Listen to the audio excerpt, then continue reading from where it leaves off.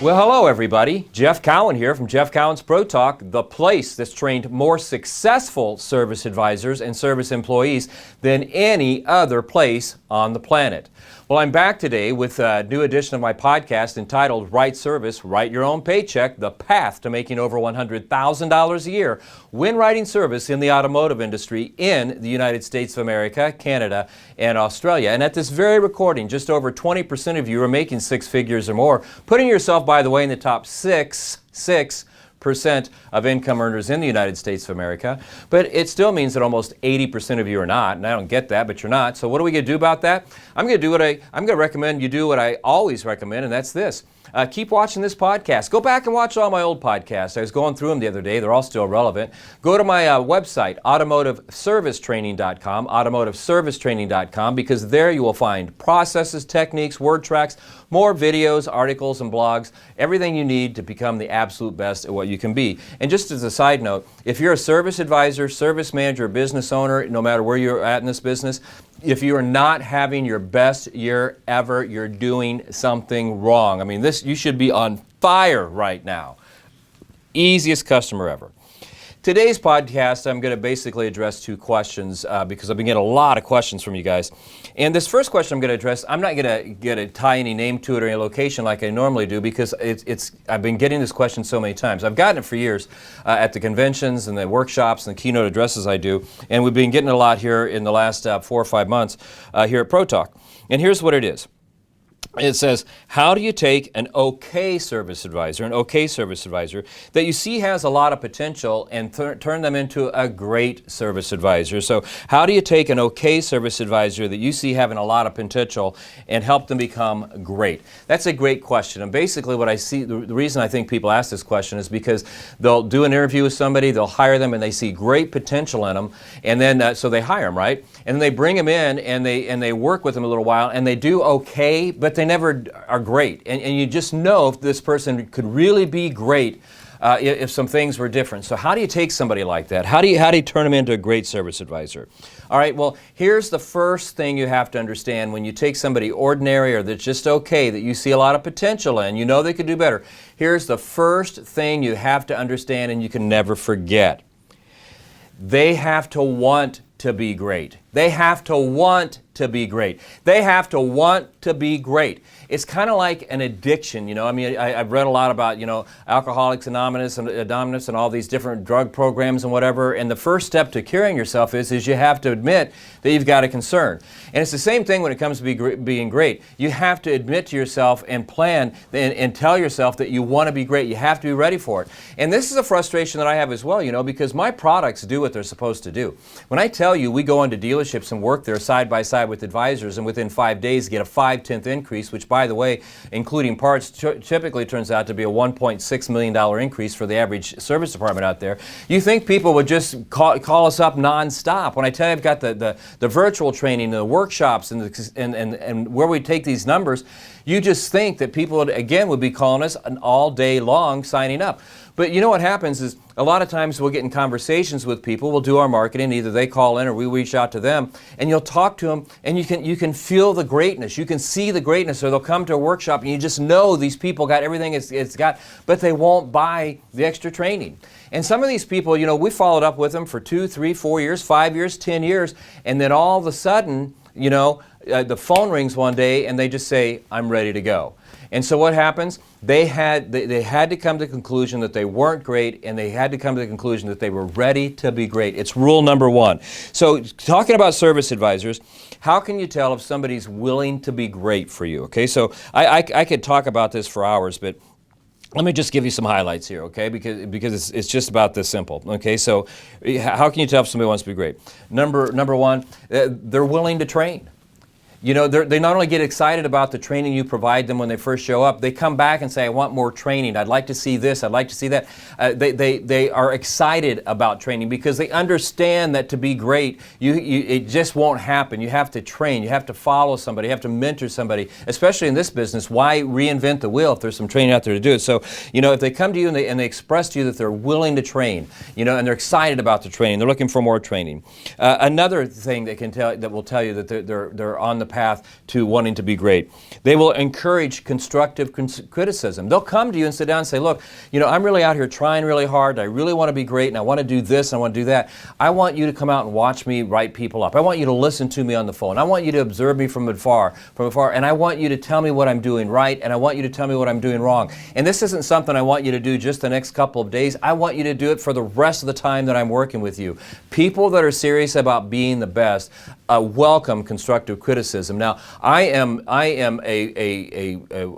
somebody that walks that walk. I am constantly looking at what I do. I constantly film stuff and see if I could have said it better. Could I said it clear? Can I make it more sense? I have everything that goes out of my office that I write, whether it's an article or book, I have editors go over it to make sure it's perfect. I'm always looking for constructive criticism. As a matter of fact, here at Pro Talk, if I'm on a presentation and trying to win over a prospect to make them a client, I'll invite other salespeople to sit in, and immediately when I'm done, whether I get the sale or not, when the call is over, I will immediately say, what did you see that you liked that I did, and what did you see that you think I could do better? I do that, and I listen, because I want to be great. I want to be the best, and so that's just the way people think. Another thing is they're willing to work longer hours. They don't bitch and complain because they got to come in at 7 and stay till 5 or 6 o'clock. I mean, they're there early. They stay late. And if you ask them for a little bit of time here or there, they're there. I mean, even here at Pro Talk, I hate coming back to that, but my best salespeople, I never have to worry about them in the hours they put in. Many mornings, out here in California where our sales office is, I will wake up and I will turn on my phone at 4:30, 5 o'clock a.m. in the morning, and my salespeople are already on the phones and already emailing, calling people on the East Coast, I mean, my best ones do anyway. Another thing is they're willing to invest. Somebody wants to be great, they're willing to invest their own resources in becoming great, meaning they will come to you and say, look, there's a workshop happening next Friday over here, and I want to go to it. I'm going to pay for it. Or you'll notice them buying books. You'll notice them get online and buying training programs. You'll notice them, or they'll come to you and say, hey, last Saturday I went to this because I want to learn better, be better at that. They invest their own resources. I mean, that's a sign of a great salesperson no matter what it is you're doing. You should always set aside 2 to 5% of your yearly income to train yourself, to be better. Another thing is they're willing to miss the big event. They're willing to miss the big event. Now, what I mean by that is that somebody that really wants to be great understands that there's going to be times they can't see their kid's baseball game. He played 10 games this coming month. I could only see 6 of them, but the 4 I missed is because I was at work, and they're okay with it, and the family's okay with it, and the kid's okay with it because I was at work, because by me staying a half hour later, or going in a half hour earlier, I was able to accomplish my goal, which is going to allow me to provide better for you, get you over there to Hawaii on vacation, get you that new toy that you want, or just make our life more comfortable. So those are some things that you can do, or you can watch for, to see if somebody really wants to be great, because until they want to be great, they will never be great. So again, just to kind of go over that, they're willing to train, they're willing to train, they encourage constructive criticism from you and others, willing to work longer hours, they'll invest their own resources in themselves to become better, and they're willing to miss the big events. And again, I could go on and on with this list, but that's some things to look for. But that's only part of the puzzle, because you, as a leader, you have something in this too, okay? And it's something at stake here too. So how you harness and how you make sure that you get the right people that want to be great, it starts in the interview. And it even actually starts before the interview. So here's what I mean. As a leader, you have to sit down and determine, what you want. Where do you want the hours per repair order? Where do you want your effective labor rate? Where do you want your monthly sales? Where do you want your survey scores? Where do you want your customer retention? How many heat cases are you willing to deal with? And there's other goals that you should have as well. And you should set these high. You should and stay away from these industry standards, because they're so low, it's pathetic. Go do some homework and find out what the top 10% are doing, and you put your goals there. So, but again, that's just my opinion. That's what I would do. But the first thing is you got to do as a leader is you set what you want. What you're not willing to accept anything less in these given areas. Once you decide that you want that, okay, and you hire people, you make sure that during the hiring process, the interview, you tell them, this is what I'm going to expect from you, and I will help you get there, and I'll show you how to get there, but this is what I'm going to expect from you. So everybody's on the same page. And then once you decide what you want, you have to have a process that allows your people to get to those numbers. I mean, they have to have a process to follow to get those numbers. You just can't put them out there and say, go for it, because you won't have anything. Here's a process that I've developed. Here's a process that I've invested in that I know that if you follow it, it will get you to where I need this shop to be, okay? Then once you have the process, you then have to train your people to expertly and masterfully execute that process. You have to train to make sure they're executing that process. And that part of it never stops, by the way. You have to be willing to hold them accountable, okay? You have to be willing to hold them accountable to the process, to the training so they can do the process, and to getting the numbers. And then finally, you have to be willing to cut bait. Meaning, you bring somebody in, because I've said it 1,000 times, you know, one of the biggest misnomers in the industry is it takes a year or two for an advisor to be really good. That's bullshit. I mean, it takes 60 to 90 days max. So you bring somebody in, and you've got standards, you know, and you're hiring them because you think they're going to be great and be able to deliver those standards to you, and you've got a process, and you've trained them to expertly execute that process, and you hold them accountable to those numbers. And in 60 to 90 days, if it doesn't look like they're ready to be great, then cut bait and go find somebody else. Don't wait for somebody to decide they want to be great so you can be great. It's not fair to you, and it's not fair to your family, and it's not fair to the other people in the department. So that's the first question. I'm going to get into this other question here in just a second. Oh, that was close. Almost knocked my tea right off that table. That would have been bad. But before I do, I want to tell you about two things. Number one, I've got workshops again. We've talked to all the hotels. We've talked to all the airlines, everything. These workshops are going to happen. You are going to be allowed to attend them. So this fall, one-day workshops, Nashville, Tennessee, Indianapolis, Indiana, Chicago, Illinois. Two-day workshops. Now this one here I'm really excited about, a two-day workshop. Las Vegas, Nevada, September 23rd and 24th. This is going to be an event. It's being held at Lightspeed VT's training stage. It's called Brad's Big Stage. It's set up for training. I mean, it's very limited seating. The only problem with it, there's only allowed, it only seats 60 people. It's already half sold out. You got to get there. I'm introducing my new training for this new customer walking in your door. COVID has changed your customer, and so I've got new content I'll be revealing for the first time publicly in that workshop. You got to get there. I mean, this thing is going to be incredible. It's just going to be fun. I'm so excited about it. And then I've been doing the last few months, and I'm finishing up right now, is I've re-recorded my virtual training, and there's nothing like what I've just put together in the marketplace. Never has been, and nobody's got anything close to it. The way it's presented, the way it's filmed, the content's new, it's fresh, it's up to date. It will show you how to get 90, 92%, 95% effective labor rate, 2.5 hours per reporter, including oil changes. It'll show you how to maximize your sales, how to get perfect survey scores, how to get customer retention above 80% inside of 9 months. It will eliminate heat cases and disgruntled customers forever. Of course, I'm going to talk about my stuff on that training. It's got the new stuff, but it's got the walk around and all the classic stuff I've done in the past, plus so much more. What I'm doing before I launch that, I'm going to be launching that somewhere between the 15th and 30th of August. If you call in before it's launched, give it to you for half off. You get you signed up. Once it launches, full price, because I've invested a couple of $100,000 in this, and it is outstanding. I'm telling you right now, the marketplace has never seen what I've put together. I'm really proud of it. I don't care if I sound pretentious or not. I'm telling you, it's bad ass. Capital letters, by the way. All right, so let's get to back to this. The final question we have here. As many as you know, or you may not know, I've developed a program that I'm now offering to the public. And so the target audience is people coming out of the military, people coming out of high school, maybe not planning on going to college students who went to college but can't find a job or don't like what they studied, retail salespeople, people coming out of the restaurant business that want to get into a new career. I'm now offering my training to them for a fee. And then, by the way, once they pass the test, I've got a data bank, and if you want to give me a call, give me your information, I'll allow you to search that data bank for these people who are taking these tests and passing them and want to go to work for you, okay? And they are well trained. Well, since I've started doing that, a lot of those people that are looking at that program are writing into me and asking, why is being a service advisor? Well, here's what they're asking, okay? Is what are the things that make being a service advisor a great job? And so I'm comfortable talking about this just because not only I want to answer it for those people, but you know, I get people all the time will show up and they've been doing the job for maybe 4, 5, 6 years, and it's kind of like the 7-year itch. Am I in the right place? Is this really a good place? Well, I think you're in the perfect place. Let me tell you why. Here's why it's great to be a service advisor. A, the hours. You can work whatever hours you want. Now, the place you're at, you may not have the hours you like, but there's over 125,000 places out in the United States of America alone that provide automotive service, right?